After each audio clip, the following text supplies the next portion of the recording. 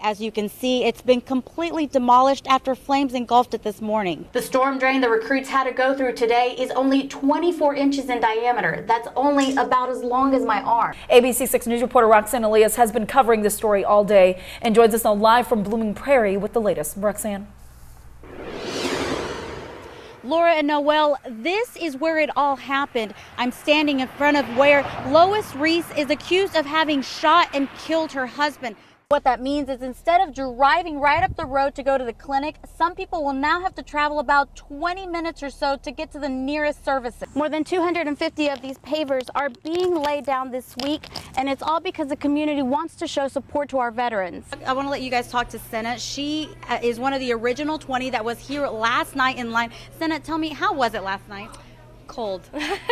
It works is the girls come into a classroom during their lunch hour and spend about 30 minutes each week working on different topics. Speaking of dancing, I want you to show me a dance move really quick. I'm going to put my mic down really quick, so give me 1 second.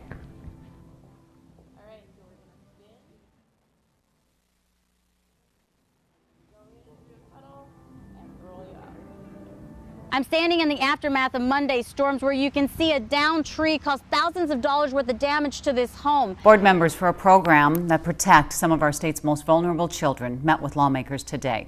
This is following a report showing the Guardian Ad Litem program is failing to provide each child with an independent advocate working on their behalf. ABC 6 News reporter Roxanne Elias tells us what the board is requesting in order to get more boots on the ground. I believe the number is between 500 and 600 kids without guardians ad litem. Krista Parkin, the Guardian ad litem chair in Dodge County, says there's a backlog in almost every county in Minnesota for abused or neglected children who need a voice in the court system. The drug problem has gotten a lot worse, and now because of the severity of the opioid problem and the meth problem, we only get the worst of the worst cases now. A recent evaluation report from the Office of the Legislative Auditor found improvement is needed in the program's standards and its workforce. Parkin says it came at no surprise, and most of it has to do with funding. Unfortunately, one of the things that came up in the legislative audit was that a lot of judges aren't making the appointments on the family court cases because they know that we don't have the staff. We get spread very thin because you need to go, you almost have to prioritize which kids are in the most trouble and need you the most. And kids that aren't in trouble get left behind. But on Tuesday, a new bill was introduced in the House and Senate requesting a little more than $3.5 million so kids who are abused and neglected get more services. We are taking action to make the changes we can. It will go to hire additional guardians ad litem to comply with federal and state mandates and court orders. If we would get our full request, we think that would get us up to the number of people that we need to get rid of that waiting list, and also for judges to be able to appoint guardians on our family court cases. Roxanne Elias, ABC 6 News.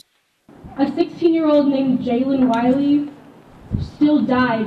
Upwards of 500 people in Rochester marched throughout downtown to demand change at Saturday's March for Our Lives rally. We are so personally affected by gun violence. We don't want to feel scared anymore. The march, led by students, is giving the victims of gun violence the voice they no longer have. People are dying, and it's not just mass shootings and that type of thing. That's just really a drop in the bucket. Therefore, they're asking politicians to make changes to the current gun laws. This is a crucial issue because it affects our students and how they go forward in life and the level of safety that they feel to live out their dreams. And this is a severe public safety threat. And it's time we embrace it. And although some students can't vote right now, the hope is the march will be their demand to politicians. I also feel like that we all deserve the right to feel safe at school, which is why we need to be out here trying to make changes, because if we don't stand up to people who have a voice, then it's pretending those who don't have a voice. Those who attended Saturday's march in Rochester say it's demonstrations like this that paved the way to change. Sitting at a whites-only lunch counter, change things. Refusing to sit in the back of the bus, change things. Big things, big changes can happen from small movements. Like it or not, we have things to say. We believe in this movement, so we will be voting in the next midterms. We are the next generation to make this a change. It's inevitable. In Rochester, Roxanne Elias, ABC 6 News.